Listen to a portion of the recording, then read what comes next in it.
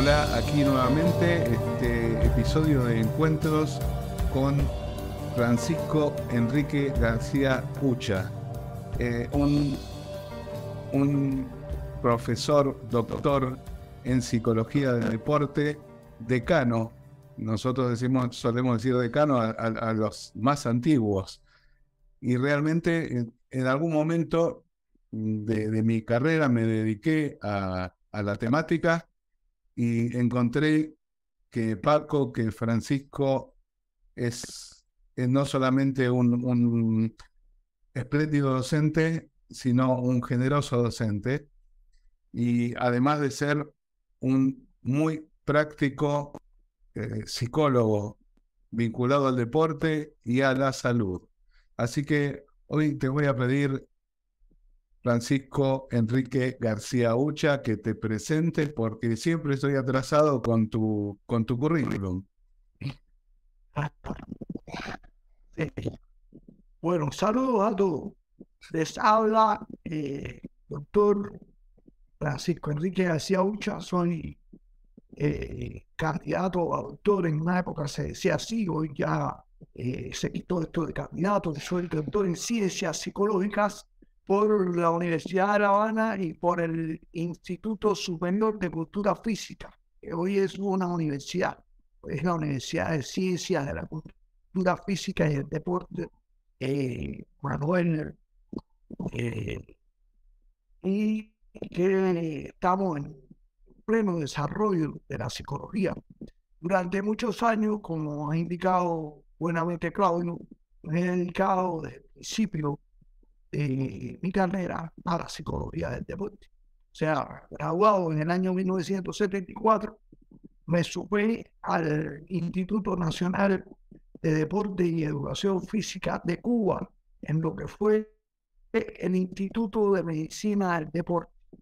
Y ahí trabajé unos años extraordinarios, te pudiera decir que casi 32 años, y posteriormente, en el año 2008, pasé a trabajar a la universidad, o sea, a la Universidad de Ciencias y la Cultura Física y el Deporte, Manuel Fajardo. Ahorita dije Manuel y no dije Fajardo, o sea, ahora lo estoy agregando, que es un patriota cubano, guerrillero, que murió defendiendo la revolución en los primeros andanadas que dio el imperio por terminar con Cuba. Y él luchó ahí en el Escambray contra bandas asesinas, bandas de bandidos, y lamentablemente pereció. Un hombre de una tremenda estatura política, y siempre nos ha subyugado su ejemplo y su devoción por la revolución. Como les decía, he estado practicando la psicología del deporte desde el año 74. Trabajé unos años en el Instituto de Medicina del Deporte y allí estuve involucrado con los equipos de velocidad, de atletismo, velocidad, fondo, medio fondo, maratón.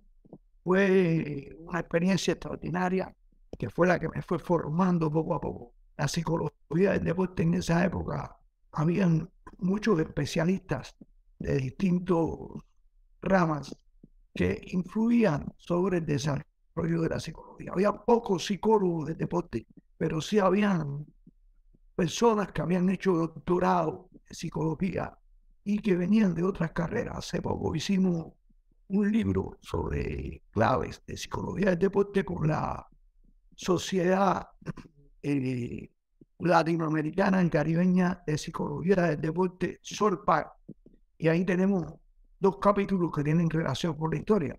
Uno, la propia historia de SOLPAC, y otro, que es la influencia sobre todo de médicos que tuvieron que ver con el desarrollo de la psicología del deporte. Hay que pensar que la psicología del deporte se convierte en una disciplina gracias a precisamente el congreso que se efectuó en Roma por Perucho Antonini, que era un psiquiatra, pero que va reuniendo la impronta, la necesidad de organizar la psicología del deporte en el mundo, y así han ocurrido una serie de congresos. Un congreso en Washington, hubo otro congreso en Madrid, donde por primera vez participa directamente un cubano, después hubo un congreso en Praga. En cada de estos momentos se va desarrollándose entonces diferentes países desde el punto de vista de su concepción de lo que es la psicología del deporte. Por ejemplo, Estados Unidos se centró mucho en el tema del hábito motor y el desarrollo de las destrezas. Y en esa época que el mundo estaba viviendo un momento pudiéramos decir, de contraposición, estaba el campo socialista y ahí también hubo un grupo de psicólogos y de pedagogos que estaban ligados a la psicología que se dedicaron especialmente al desarrollo de la preparación psicológica de los deportistas para las competencias deportivas. O sea, esa ha sido una categoría que ha permitido integrar las tareas de diferentes ámbitos del desarrollo de la psicología, porque hoy hay una gran cantidad pudiéramos decir, de asociaciones, a la Asociación Europea de Psicología del Deporte. En estos días vamos a tener una reunión con los miembros de la sociedad, la Federación Española de Psicología del Deporte.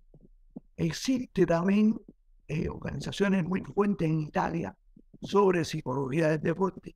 En Latinoamérica, pudiéramos decir Iberoamérica, está la Sociedad de Psicólogos del Deporte, que está en este momento dirigida por Joaquín Dossel, Sociedad Iberoamericana de Psicología del Deporte.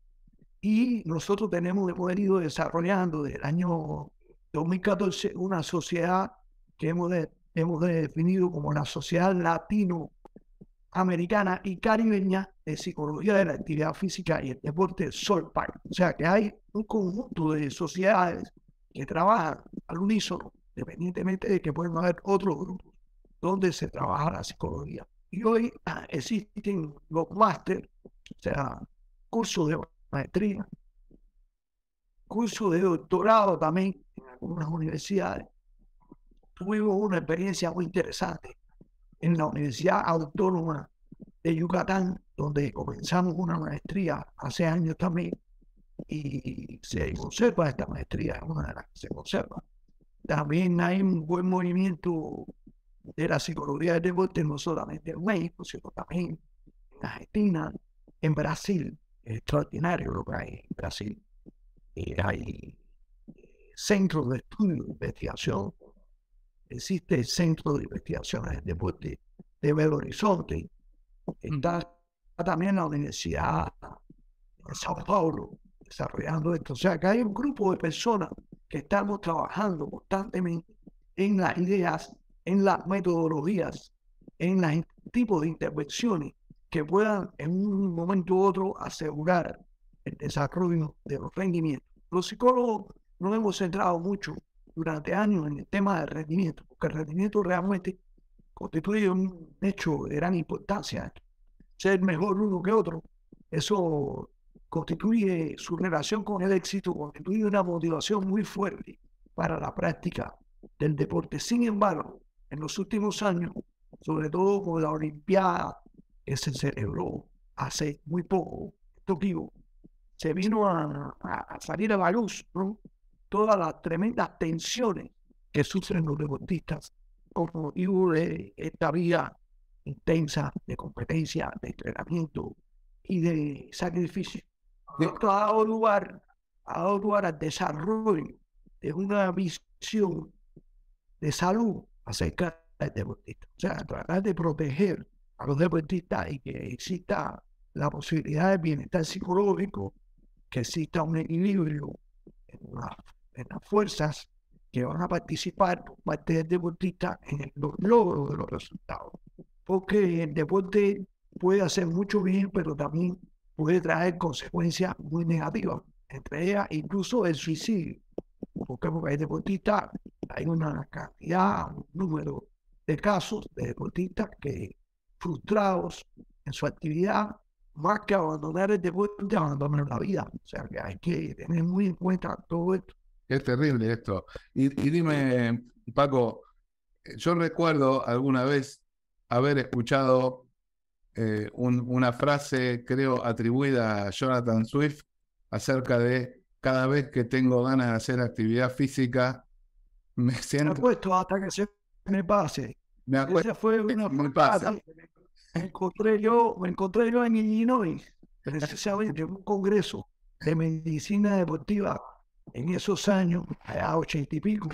Fui invitado a participar de esos Juegos Panamericanos. Y me invitaron a una universidad que había un congreso y ahí me encontré precisamente una sala, un letrero que decía, cuando tengo deseo de practicar deporte, me acuesto hasta que se me pase. Mark Twain. Yo me quedé pasmado, ¿no? Porque sí, sabíamos de la necesidad de control.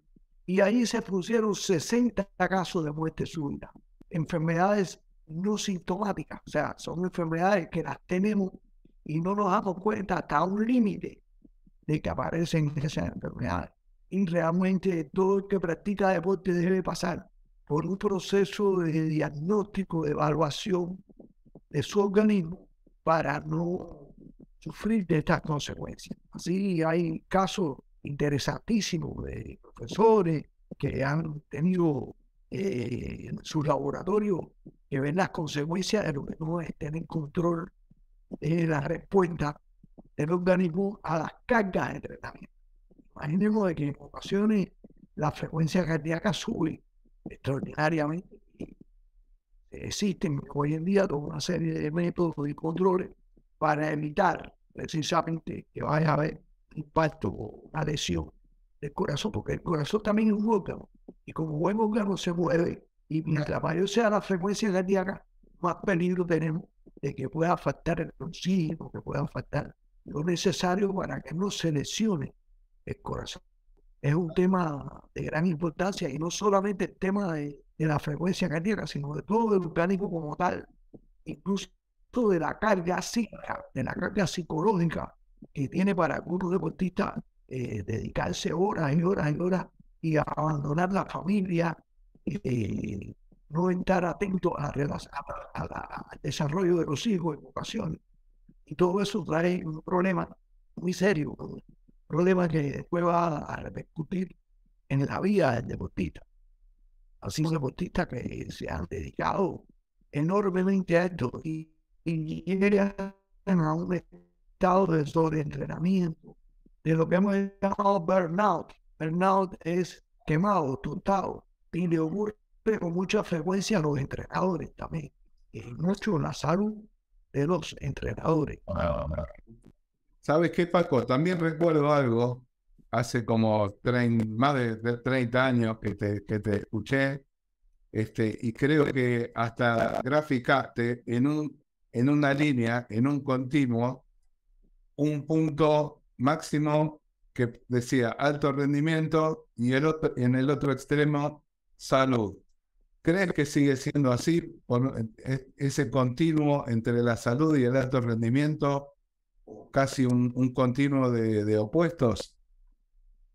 Ahí siempre hay que velar y existir un control que lo hemos planteado, control psicológico del entrenamiento. No solamente el control médico que debe existir, sino el control psicológico del entrenamiento, porque se satura mucho el cerebro y es un momento que el deportista está en tránsito, por ejemplo, al retiro, pero no quiere retirarse, no quiere considerar de que hay una vejez deporte y que hay que irse. Y entonces, ¿qué es lo que hacen? Cuando sienten que su rendimiento no están a la altura de lo que ellos esperaban, pues entrenan con más intensidad, con más frecuencia, con mayor volumen, y al final el cerebro es que pone la pausa, ¿no? Ya se pierde por completo el interés en la actividad, y lo más importante es tener un retiro aplanado, debemos decirnos, que permitiera que siguiera en la vida, considerando los aspectos positivos que tú has logrado y contribuir de una manera u otra con el deporte. Pero si llegamos a un punto muy extremo, tuve un caso de un entrenador que fue